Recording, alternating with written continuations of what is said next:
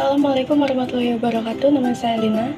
Saya mahasiswa Universitas Pancasakti Bekasi dengan NIM 28920 50098. Video ini saya buat untuk memenuhi tugas UAS mata kuliah Analisa Laporan Keuangan dengan dosen pengampu yaitu Bapak Dimas Wicaksono, SE, MAK. Untuk materi UAS kali ini kita akan membahas tentang analisis common size. Pengertian dari analisis common size. Secara umum, pengertian common size adalah suatu bentuk teknik analisis rasio dengan metode vertikal yang digunakan untuk perbandingan perusahaan dengan tingkat penjualan atau total aktiva yang berbeda dengan memperkenalkan suatu angka penyebut umum, di mana teknis analisis ini menstandarisasi dana keuangan dalam bentuk matematik yang dinyatakan dalam persentase atau kali. Seperti yang sudah diketahui dalam pembahasan tentang analisa laporan keuangan, di mana terdapat dua metode yang diterapkan dalam analisa keuangan. Teknik analis common size menggunakan metode vertikal, di mana seluruh akun atau komponen laporan keuangan dinyatakan dalam persentase yang diperbandingkan dengan total kelompok akun tersebut. Selanjutnya, laporan laba rugi common size. Penggunaan analisis common size pada laporan laba rugi selain mempunyai manfaat membandingkan tingkat penjualan perusahaan sendiri dengan akun-akun dalam laporan laba rugi, juga mempunyai manfaat membandingkan dengan perusahaan-perusahaan sejenis dengan tingkat penjualan yang berbeda. Hal ini dilakukan untuk mempermudah analisis internal atau analisis struktural suatu laporan keuangan perusahaan untuk menganalisis komponen dalam laporan laba rugi yang mengalami perubahan atau pergeseran selama beberapa periode dan mengupas apa yang melatar belakangi perubahan komponen terutama yang signifikan. Juga untuk berguna untuk memahami pembentuk internal dari laporan laba rugi. Kenapa diperbandingkan dengan penjualan atau pendapatan bersih? Karena penjualan adalah sumber penghasilan utama dan kecenderungan angka ini merupakan elemen kunci dalam pengukuran kinerja. Angka penjualan atau pendapatan merupakan angka penyebut atau ukuran umum atau common size. Oleh karena itu, nilainya ditampilkan 100%, sehingga setiap akun terkait dengan angka kunci penjualan.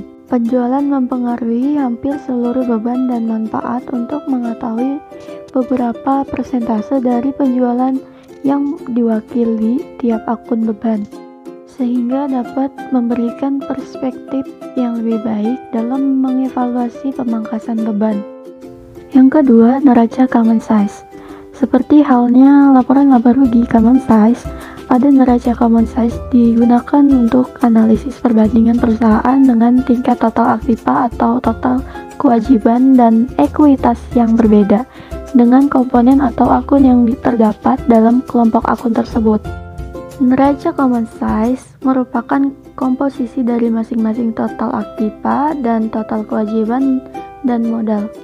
Dikarenakan analisis common size menggunakan metode vertikal atau dari atas ke bawah atau sebaliknya, maka laporan posisi keuangan atau neraca dibuat dalam format laporan atau report form. Format laporan ini sudah dibahas dalam pembahasan tentang laporan posisi keuangan atau neraca sebelumnya.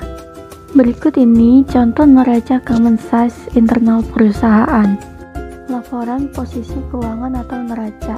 Di sini ada aset lancar kas tahun 2020 jumlahnya 1.475.000 dengan total 1,0%, tahun 2019 780.000 dengan total 0,5%. Lalu bank 2020 dengan jumlah 8.345.000, total 5,7%, 2019 5.765.000 dengan total 3,9%. Piutang usaha di tahun 2020 dengan jumlah 9.400.000 dengan total 6,4%, dan tahun 2019 12.560.000 dan total 8,5%. Persediaan 2020 dengan jumlah 4.360.000 dengan total 3,0%.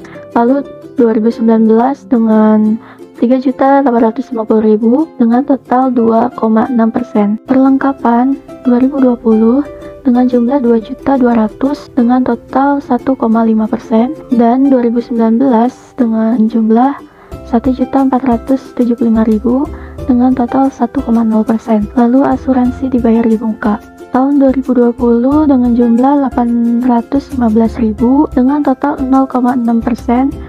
2019 925.000 dengan total 0,6%. Lalu sewa toko dibayar di muka. Tahun 2020 dengan jumlah 700.000 dengan total 0,5%. 2019 dengan jumlah 875.000 dengan total 0,6%. Jadi, total aset lancar tahun 2020 yaitu 27.295.000 dengan total 18,7%. Tahun 2019 dengan jumlah 26.230.000 dengan total 17,7%.